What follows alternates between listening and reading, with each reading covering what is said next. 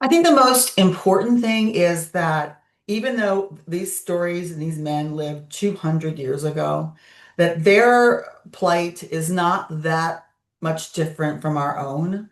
They struggled with the same sense of, worry for the country, worry for their families, worry for themselves, love, loss, honor, grief, all the things that ambition, struggles with ambition, guilt, shame, all the things that we feel, all the things that we're faced with in uncertain times, they were just as uncertain, if not more uncertain than they are today. I mean, they weren't easier times, they weren't harder times, they were the same times. Welcome to Ira's Everything Bagel, where I talk with intriguing people about everything, their passions, pursuits, and points of view. Please like, share, and subscribe. It really helps the channel, and I appreciate it. My guest today is Sharon Virts. She's the author of Fields of Honor series. While we know the stories of Washington, Jefferson, and Madison, Sharon's research explores what happened when those leaders were gone and their children and successors inherited the responsibility of building a new nation. Her Fields of Honor series, including Mask of Honor and the just released Bargains of Fate, brings this overlooked era to life through real historical figures and events. The books are available on Amazon, Barnes& Noble, bookshop.org, and all the usual places. And for everything about Sharon, go to Sharon Virts, V-I-R-T-S, SharonVirts.com, and you can follow her on Facebook and Instagram. And Sharon, welcome to the show. Thank you for having me today, Ira. It's a pleasure. So, how did you get down this trail of history and historical figures? What were you doing before then? Were you working in real estate? Were you a criminal? What was your background? Well, could be. I worked for a well, I actually started my own business when I was like 29 years old, and I ended up building a government contracting firm that I sold in 2017. And never ever thought I would be an author, that I would do this. But I just sold the business and had a lot of time on my hands and was probably doing things I shouldn't have been doing. So don't say criminal, but things I shouldn't have been doing. Gotcha. And I'm on the board of the Middleburg Film Festival, and I had met and become friends with a screenwriter named Anthony McCartan, who wrote The Darkest Hour and The Theory of Everything and Two Popes and Bohemian Rhapsody and a bunch of really fun movies. And really, he really encouraged me to write my first story of my first book, which was Mask of Honor, that has now grown into something else. All because I bought an old abandoned haunted house, which is where we live. So it all came from some old, historic home that was originally built by one of the grandnephews of George Mason the Fourth, one of our founding fathers. So the So most that's kind of how I started. well, that's the most important question that I get from that is, does the plumbing work? There was no plumbing. Well, there was very little plumbing. Um, no, we had to replace everything. I mean, this place was a hot mess. I mean, a hot mess. We had vines growing in, vandals, varmints, you name it. They were creeping around here. And so all new plumbing, all new electrical. There was no air conditioning, so we put that in. We were able to save the floors, but the plaster had to be redone. It was a hot mess. It was built originally in the 1810 time frame, and was part of it had burned and was rebuilt, but it needed a lot of love and care. But the history behind the house is unbelievable, and it inspired not just this book and this series, but another book that I've written as well. And it's just so much history here. So many interesting people have lived here, loved here, and died here. And sometimes I swear I hear their voices. I really I do. understand. Does your family enjoy living in that kind of situation, as you called it, a hot mess, now that it's no longer a hot mess? Well, it depends. So, the my grandson says he sees a little girl on the third floor and he just tells her to go away and she leaves him be. I hear things all the time. We smell baking bread in the house. And the dogs do too. Our dogs will run after down to the kitchen looking for this bread that is smelling but not baking anywhere that we can find. Wow. Uh, but Okay. it's fun. I mean, we love it here. These are happy ghosts as far as if you believe in such things.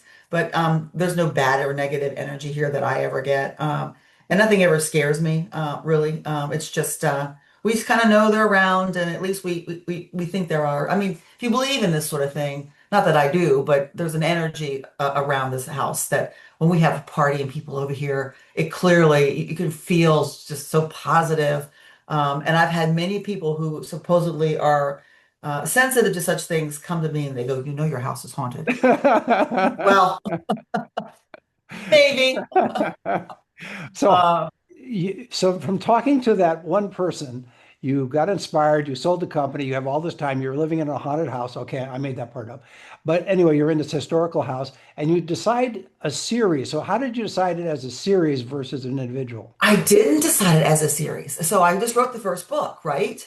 I wrote Mask of Honor, Right. and then I wrote my second book, which was called Veil of Doubt, which is interesting in its own right, in that it's about a woman who went on trial for murdering her husband, her aunt, and her four kids. And the protagonist is the attorney who defended her, but his daughter lived in my bedroom over here for, I don't know, 40 years, and she died there. Didn't know that when I started this story. So I sort of wrote another book, and then I wrote another book. And then I kept getting a lot of people saying they love Mask, and the whodunits are great, but we like the old drama, the old Bridgerton, the old, it's kind of like Yellowstone, but set in the 1800s, early 1800s. And we got interested in another home up the road here, and it's an old stone manor. It was built in the 1760s. And lo and behold, it was also a Mason, one of the Mason grandsons, George Mason, the fourth grandson, Thomas Francis Mason, lived there. So my son's looking for a house. He's looking to maybe buy this place. So my husband and I help him out. And as I do the history on that house, I learned that Thompson Francis Mason was a very esteemed attorney here locally. He had defended a murderer in a murder trial of a guy named Dennis McCarty. Well, Dennis McCarty, the protagonist of my first book, Mask of Honor, is Jack McCarty, who's behind me there. You see him over my shoulder. Um, Jack, Jack's, Armistead yeah, Mason also is involved in this story. right. So Jack McCarty's cousin, Dennis McCarty is Jack McCarty's cousin. So then I look into Dennis and Jack, and I find out that Jack is co-counsel with Thomas Francis Mason in that murder trial. So then I go, oh my gosh. And this happened in 1826, 1825 time frame. So I said, I got to write a sequel. And then when I pitched it to my publisher, they said, no, no, not a sequel. We want a whole series. So that's how it went. And now the third book and the third installment will be released next March. It's called Swamp of Lies. So there'll be three so far.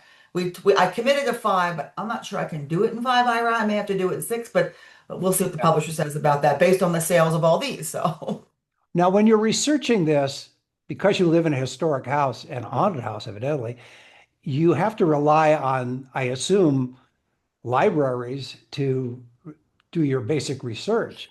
And I assume in the area that you're in, there are historical societies and libraries that have reference material that go back to the 1800s. right. Well, a lot of it, in a lot of places was destroyed during the Civil War, especially in the South. We had a really interesting clerk of the court during the Civil War, a guy named George Fox, who preserved all the records and wouldn't let the Union burn the courthouse. So we do have that luck of having the courthouse records. We have the Thomas Balch Library here, which is a historical library, and of course the Library of Virginia and the Virginia Historical Society down in Richmond. But George Mason also has a library, the local university here. And George Mason has some of those old account books, those old ledgers. And so the Raspberry Plain, which is the neighboring farm here, the owners were the same, the executors were the same. And so therefore, they actually have Selma, our house, some of the records of that as well in their archives. So yeah, I'm able to do a lot of that. But I do a lot of my work on ancestry.com. I like to know who's related to who, and when were how many siblings did they have, and when did their parents die, and how young were they when they got married, and how many children did they lose, and all that ancestry goes into creating, in addition to their writings, of course, if I can find those, Right. this persona or this profile of these people. So I use ancestry a lot. I love to dig into the old archives of newspapers from the Virginia Chronicles, newspaper.com. You can find all kinds of interesting things there. And the good news is these men published a lot. They had a lot to say, and they put it in newspapers, Good. kind of like Good. our Twitter, like our X, but it Right. was more of and so you can read a lot of their disputes with one another, with their opinions on things like nullification or on slavery or on whatever, what tariffs, taxes, you name it. I find a lot of that in the newspapers. I And they're not really, they're not digitized. They're no. imaged out there, but you've got to have to read them physically. Most authors I talk with and who are doing a lot of research, I always like to give out, and they usually like to give out a shout out to research librarians because they are very helpful in terms of when you're trying to find something and you have no idea where in the library system it is. Yeah. We have a wonderful library here. Alexandra over at Thomas Balch Library has been fabulous. Lauren is now over there and her staff, her team. I think Alexandria retired, so but they've been fabulous. I'm actually the president and chairman of the board of trustees for the Loudon Museum. So I have my own access through my museum directors that, help me out when I need to ask a question about something or can point me in the right direction. So yeah, I'm huge into history. So, and I It's have my own library. I collect yeah. stuff from all over the place. So It's funny because your personality is such that I could see you throwing parties at the house all the time rather than sitting down and writing a lot of history. I do both. Okay, that's good. Well, I'm a fast read, and when I was younger, my mind took had a much better memory, so I do hold some stuff back. But I just love history. My father was a storyteller. My grandmother was a storyteller. When I ran my business, I had about 5,000 employees nationwide, and I would tell stories on video. I'd go out to sites and I'd tell stories about how important the work that they were doing was, and making it relatable, how important the missions that we supported were. And so I just think that that's one of my best ways of communicating is through storytelling. And I tell stories at parties. So Well, it all works. Yes, I've it never met a all microphone I don't like. works. Well, when you start to research all these historical figures and we know about the founding fathers, we're not sure who came after them, but your books are based on research, but they're also fictionalized. Yes. So, how do you integrate those two things? In other words, you're doing great research, you're using a lot of resources, including ancestry.com, as you mentioned, but at some point you have to take that and write it into a fictionalized account. Have you ever thought about writing a nonfiction version of all that research that you've been spending time doing? Someone asked me that recently, and I said, "Oh my gosh, I'd be afraid I would, I would take too many liberties with it, because I have my own opinions on what's happening, and then the bibliography would be impossible." But no, I haven't really thought about that so much. As much as I try to stay, when I try to stay true to the spirit of the story, right? So they're all based on true events. I'm not that clever. I can't come up with this on my own, right? So I have to sort of go where it takes me. But Right. then I have to fill these gaps in. And then of course, I always get yelled at because the pacing's too slow. So I have to hurry things up and combine events and combine characters, and do things that make it more commercial. So, because my attitude is if no one reads it, then what's the point? Mhm. I'm not doing this for me. I'm doing it for the next generation. Even though I love doing it. I want to tell these stories. When our country was founded, they didn't leave a roadmap. They left the Constitution. They didn't leave a plethora of court cases. They didn't give a how-to guide. And these men and women are struggling with, how to set a country in the right direction and with their own ambition, pulling against that. How do we do that? And how do we keep ambition out of the way? Or how do we use ambition to help us go there? Because corruption was cheating in elections, corruption, what's the old thing? There is no conflict of interest if there's no interest. How about there's no Kind of honor thing. among thieves? That might be better. Yeah, honor among thieves, absolutely. So when I research historical figures like Henry Clay, or I'm working right now, with Henry Clay and Charles Fenton Mercer, and Mercer was the man who came up with Little River Turnpike, and then of course the C&O Canal, and these men would, charter a company to build these canals for the federal government for the United States, and then vote themselves in charge of it and issue most of the stock to them and their friends. I mean, that's the epitome of conflict of interest. That is the epitome of enriching yourself I think on they the call tax it dollar. crony capitalism. Crony capitalism, right? That was going on. Yet it's interesting. The protagonist, this guy behind me, Jack McCarty, who I write about, had a huge problem with that, and was pretty loud in the newspapers about it. Thought it was wrong, and so I've got a hero here who does have a conscience, but he's got a temper. He's got a temper, and he can't suffer a bully. And those two things put him on a dueling field more times than he should have been on there, Mhm. because he had to stand up and defend his words. And back then, unlike today, where we can just say what we want on Twitter, and haven't got to go out, or I'm sorry, on X, and you haven't got to go out there with a pistol and defend that. Back then, you did. Even when you were right, if you offended someone enough, they would call you out. And if you were not to answer that call, then you were labeled a coward. And to be labeled a coward would be to ruin your reputation, hurt your family's ability to, your economic security and your position and your name. And so those things were pretty fragile and pretty important back then. And so people had to be careful what they said. But there were plenty of people, plenty of men, like a guy named James Callender and others, who were what we called the Tom Ritchie, the scandal mongers, the men that ran the newspapers, and they would publish all kinds of stuff and get away with it, just like we have today. Exactly. Can you recommend people reading the books in order, or is it okay if you read it in reverse order? You can read it any way you'd like. Yeah, So I they're go all Mask of Honor scandal. and then Bargains of Fate, or I can go Bargains of Fate and then Mask of Honor, and I'll understand. Absolutely. So Okay. now I'll tell you, in my opinion, I think because Mask of Honor is my first book, obviously I've learned a lot since I've started writing, and my writing's a lot cleaner. Although they did a great edit on the last redo of it, and it's much better, in terms of it being clean. Right. Bargains of Mask of Honor has got a lot of romance in there and a lot of Jack's temper, and you really get to see him as a young man growing. So the only callback is that you will know how Mask of Honor ends when you start Bargains of Fate, because you know who lives and who dies. But you can do it's a quick Google search. You can find that out anyway, because Yeah. these are public guys. Right. Bargains of Fate is more about Jack's dealing with the fallout of that duel and him attempting to become a man. He's married now, and he's trying to reconcile his name in society and also his ambition, and that of his brother's ambition, and where he sees himself in the world versus where everyone sees him. And so he struggles with that, and that's what that book Bargains of Fate about. It's about living with the consequences of our choices, whereas Mask of Honor is a book about forgiveness.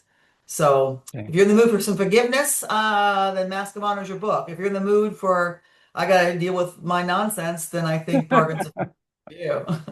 I'm always guilty about something, so I'll go with the forgiveness with Mask of Honor first, and then work my way the other way. You mentioned about that. You think it could go several more books in the series. I would suspect that, given your proclivity towards research, you could actually write. I don't want to burden you here, but you could probably write 10 or more books in that series. Oh, I could. Oh, I could take it on forever. I love this story. I love this man. I love his conflict in life. I love his I want to strangle him sometimes because he gets himself into these messes. But I love his honor and his character. I will tell you that the way the books work is that each book starts with a duel scene. It's not the start of the book, but the prologue is, a flash forward to the duel that's going to happen, and it's in everyone. And in real life, Jack McCarty was involved with all the duels that I am putting out there. The books are not about duels, by the way. These books are not about dueling. It's not Hamilton, okay? Gotcha. Gotcha. It's much deeper than that. And they all end, the epilogue is the same, and it progresses through the series. It's from 1852, and Jack is on his deathbed. In real life, he had gone to Wisconsin and then Detroit. He was actually the founder of Milwaukee in a lot of ways. He had bought a bunch of land in Milwaukee, a bunch of land in what is now Milwaukee, I should say, and what is now Detroit, and had gone there to receive an award and became ill on the way back. So he spends about 2 weeks there dying. And so the epilogues are me writing his last words, is his reflecting on that particular chapter in life. And the first sentence of every epilogue is actually from his writing. So you'll get a sense of his voice. And I've tried to preserve as much of his dialogue as I can in the novels themselves. But the epilogues, for certain, the first line of every epilogue is from one of Jack's letters or one of his newspaper articles or something that he had written. So we get a sense of that. And I think it's kind of special, especially when you hear his voice and what he cared about. And he really cared about, doing the right thing when the right thing is difficult and not particularly popular, that he wasn't afraid to do that. Now he struggled with it, but he talks about, his want to garner the respect of, of decent women and good men, trying to do the right thing always. And so it's a kind of an aspirational character we can all, look up to and say, yeah, yeah, he's flawed. He's got lots of flaws. But there's that honor there and that moral code that I think all of us could really learn from, a lesson from today. And not just us, but our political leaders, everybody. I just think it's something that, when you wrestle with your own ambition versus what's the right thing to do, Jack McCarty typically chose the right thing, even when it cost him something, even when it put him on a dueling field, and his life was on the line. It's a very old-fashioned concept that you're dealing with here, which is honor and dedication. But when you finish the book, I would say your editor certainly would be a critic and would go through the book with you, but I would think your harshest critics would be your family. Did you share the book when you first wrote Mask of Honor? Did you share it with them, and what was the feedback? Oh yeah, well, my boys all think that they're all trying to figure out which one of them is Jack McCarty based on. Main character syndrome. Okay. Yeah. Mom, it's me. No, it's me. Yeah. It's interesting. I have four boys, and the book's Mask of Honor starts with the four brothers. Now we dwindled down to just two in the end because they end up dying of disease mostly. But not in this, not in Mask or in Bargains. You'll figure it out as we go through the series. But Right. they all trying to figure out which one they are. But yeah, they all have read it. My husband reads a lot of it. He helps me with the editing often because I've got to have a pretty sharp book when I turn it over. So he's read it 1,000 times, and I don't know that I think my mother passed away last year. Oh. I think she read my Who Done It book. She couldn't get into this one. She said that they drank too much, the language was bad. I said, okay. I think they said Christ a couple times. I don't know. But you could have told her, well, that's just the history of it. It's not me, Mom. Yeah. Yeah, right. Too. Well, they pretty much drank all the time. Yeah. Well, yeah. Well, look what the times they were living in. But water was dangerous. Yeah, exactly. With alcohol, at least you can disinfect. Well, when you're writing each novel, I'll call it a novel. Is that fair? Novel? Yeah, that's what they Yeah. are. Yeah, When they're you're writing novels. each novel, I'm always curious about how not to bore anybody, but the writing process for the individual people I talk with. In other words, some people will write all day long, some people will write an hour a day, some people will walk and then write, and some people will just write when the feeling hits. Oh, okay. Whatever. So what happens, I'm one of these all or nothing kind of gals. So when I get into it, I am 24/7. I'll, get up at 4:30, 5 o'clock in the morning. I can't sleep and I'll just start writing and I'll write all day and I'll write all night until I pass out and fall asleep and then rinse and repeat. Yeah, I do the same thing over and over again until I am stuck and then I can't go anywhere. Then I'm done. And then I'll go to my art studio and I'll paint or I'll work on another book. I've got three books going at once at all times because Right. otherwise I have to be in the research phase, the writing phase, and then the cogitating, whatever phase. I mean, so I've got I think they call that schizophrenia, but I may be wrong. or something. Or I'll go out and garden, or I'll go out and take the dogs for a walk, but then I'll go for maybe a couple of weeks without writing a word. But I'm very organized about my writing, though. I can't write until I have it all laid out. And I write my last chapter first. Because if I Interesting. don't know where I'm too ADD, if I don't know where I'm going, I'm never going to get there. I'll be off here, I'll be off there. I lay it out on a timeline. I use a lot of, I'm going to go into my desk in a minute. I hope I don't make your camera swirl, but I use a lot of these kinds of things all over the Oh, the wall. old post-it notes. Yes, A for lot of those who are these, listening. my Yes. paper notes, right, that match the colors. Yeah. And each character is a color, and I put them along on the walls based on a timeline, and then I combine and I sort of come up with my whole Sure. storyline. But there's two parts of a book, right? There's the plot itself, and then there's the character arc. Right. And they have to align. And a lot of writers I know struggle with that. They'll do the plot first, and then they'll kind of shove the character arc back in. And I kind of know what the plot is because I know what happened in real life. So then I got to figure out how I'm going to twist my character up over that. And so I kind of go with that side. I'm more character driven the way I write. So I'm really worried about, so where is he? What's going to break in? How am I going to twist him up some more? And then how is he going to end this one or she, depending on the story? And even though Jack McCarty is my protagonist in the story, his wife Lucinda, his sister-in-law in Bargains of Fate, Fannie Lee, she plays a huge role, and her arc is in there as well. We won't see her in the third book, but you see her in the fourth. This is the one I'm writing now. I've got about 50,000 words written already, I think, in that one. So, there's more than just one protagonist, so you won't get bored with just Jack if you don't if you want a woman in your life like this. I've got plenty of women that are in my stories as well. Women are interesting back then. We have very little historical information about them, so you have to glean what they were like from their husbands or their brothers or their fathers or whatever you can get out of a Right. diary if you're lucky. Two Yeah. other quick questions. In terms of the writing, just because of the house you live in, I have this image of you sitting there with a manual typewriter or a quill. I And have both, but I don't use either. okay. I actually have a manual typewriter underneath my feet that my grandson plays on, and I do have a quill. My husband and I are into old quills and old pens, and so we have a couple quills. We have a lovely pen that was made from ox bone, and we even have. He had this done for some reason. I went to the University of Virginia. He went to the University of Pennsylvania. For some reason, he's obsessed with Jefferson, and I'm not.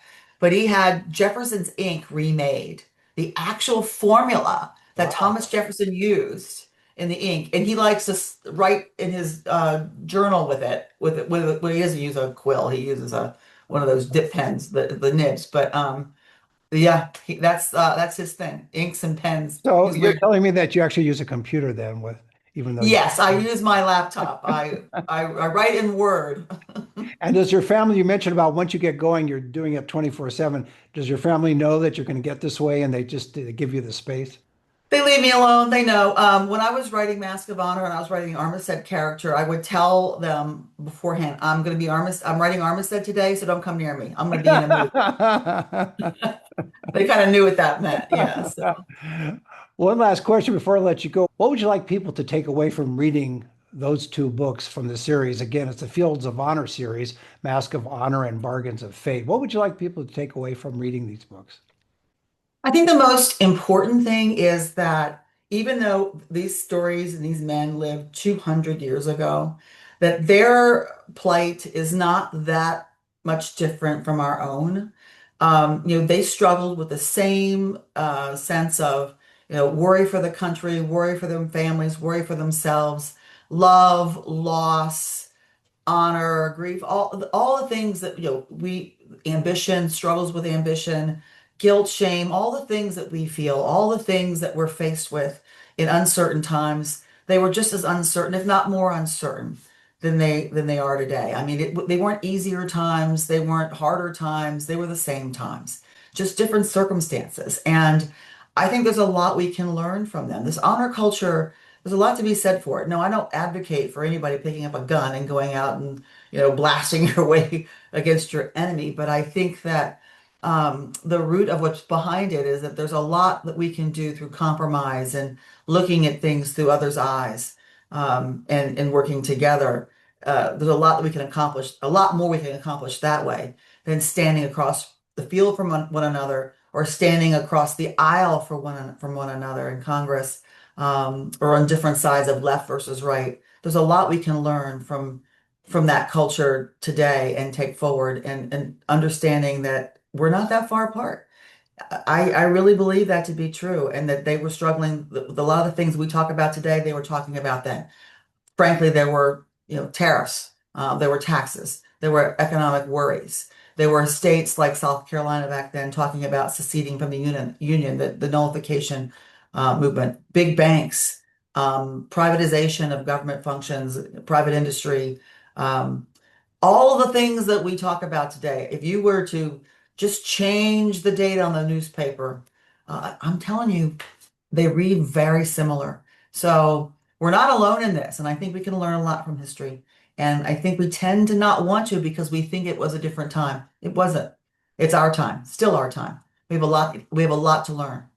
Well, that's a great way to leave it. My guest has been Sharon Virts. She's the author of the Fields of Honor series, including Mask of Honor and the just released Bargains of Fate, and brings us overlooked era to life through real historical figures and events. The books are available on Amazon, Barnes& and Noble Bookshop.org, and all the usual places. And for everything about Sharon, go to Sharon Virts, Virts, SharonVirts.com, and you can follow her on Facebook and Instagram. And Sharon, thanks for being on the show. Thank you for having me. It's been a great pleasure talking to you today. Same here. And join us every Thursday for a new schmear on Ira's Everything Bagel.